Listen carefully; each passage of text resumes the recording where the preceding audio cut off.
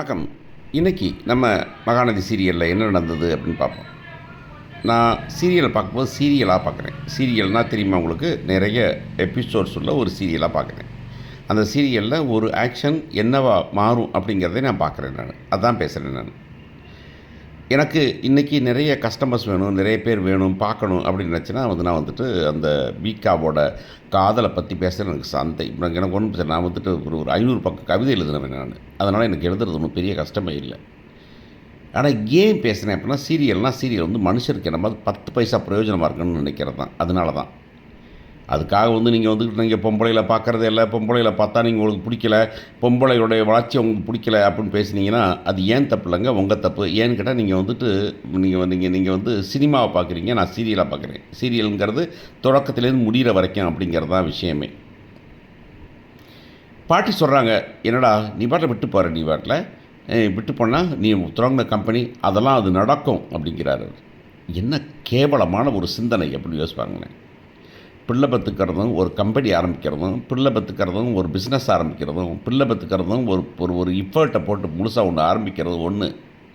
அதை விட்டுட்டு அது மட்டும் இல்லை, இது இவர் இல்லை, இவரை சார்ந்த மக்கள் அப்படிங்கிறது தான் விஷயம். யார் அந்த கம்பெனியில் ஒர்க் பண்ணுறவன், அந்த பசங்கள்லாம் அப்படியே கம்பெனியில் ஒர்க் பண்ணுற வேலையை விட்டுட்டு இவர் சொன்னாருங்கிறதுக்காக காவேரிக்காக அப்பளம் விற்க வந்தவங்க அவங்கெல்லாம் விட்டுட்டு தெருவில் விட்டுட்டு யார்கிட்ட விட்டுட்டு போகிறாரு? பாட்டிக்கிட்டையும் தாத்தாக்கிட்டையும் சித்திக்கிட்டையும். சித்தியோட பையனும் சித்தியோட புருஷனும் போய் பார்ப்பாங்க.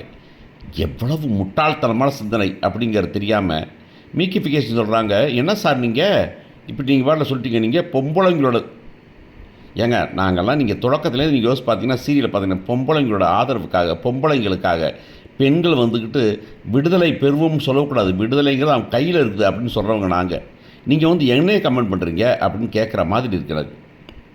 பாட்டி சொல்கிறாங்க, என்னப்பா இப்படி தானே, நான் மன்னிப்புக்கிறேன்டா காவேரிட்ட அப்படின்னு கேட்குறாங்க. இல்லை வேண்டாம், நான் இங்கேயே இருக்கிறேன் அப்படின்னு சொல்லும்போது அதான் சொன்னேன், நான் இருக்கிறேன்னு இல்லையோ கதையில் சொல்லிட்டாங்கப்பா அதனால் இருக்கிறேன் அப்படின்னு சொல்கிற மாதிரி தான் அந்த மனுஷன் இருக்குது. அப்புறமா இவங்க சாப்பாடுக்கு இவனுக்கு சாரதா இவருக்கு இவருக்கு ப்ரிஃபரன்ஸ் கொடுத்து பண்ணுறாங்க. உடனே கங்காவுக்கு பிடிக்கல அப்படிங்கிறது தெரியுது நமக்கு. ஸோ இப்போ அடுத்து பொழப்பு முக்கியமாக அப்படின்னா, பொழப்பெல்லாம் முக்கியம் இல்லைப்பா, இமோஷன் முக்கியம் அப்படின்னு சொல்கிறாங்க இவங்க அப்படிங்கிறது தான் கதையே. இனிமேல் நம்ம நம்ம நம்ம ஒரே வீட்டில் இருப்பாங்க, ஆனால் கங்கா கடுப்பாக போகிறாங்க அப்படிங்கிறத காமிக்கிறதுக்காகவும், கங்கா கடுப்பாகிற மாதிரியே இவங்க பண்ணுறாங்க அப்படிங்கிறதும் பெரிய விஷயம் இருக்கும் அப்படிங்கிறது தான் விஷயமே. கங்கா பொறாமையில் இருக்குது, அங்கே யமுனா ஒன்று பக்கித்தனமாக இருக்குது. அது என்ன பண்ண போகிறாங்க தெரியல. ஆனால் கதை கந்தலாகி போயிடுச்சு அப்படிங்கிறது தெரியும்.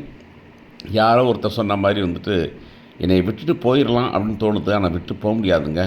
என் கூட கொஞ்சம் பேர் இருக்காங்களே சீரியல் முடிகிற வரைக்கும் பார்க்குறதுக்கு, அவங்களோட சேர்ந்து பார்க்கணும் அப்படின்னு நினச்சிக்கிட்டு இருக்கேன் நான். பார்ப்போம் என்ன பண்ண போகிறாங்க அப்படின்னு. ஆக்சுவலாக போகிற போக்கு சரியில்லைங்க மகாநதி சீரியல் அப்படிங்கிறது மட்டும் தெரியும். இதை பற்றியெல்லாம் கவலையே இல்லை. இந்தப்பா இப்படி எழுதிக்கப்பா அப்படின்னு சொல்கிற ஆட்களை வச்சுக்கிட்டு நம்ம ஒன்றும் பண்ண முடியாது அப்படிங்கிறது தான். ஆனால் ஒன்றே ஒன்று சொல்கிறேன், சோஷியல் ரெஸ்பான்சிபிலிட்டி, சொசைட்டிக்கு என்ன மாதிரி நீங்கள் பண்ணணும் அப்படிங்கிறத சீரியல் மேக்கர்ஸ் பண்ணணும்.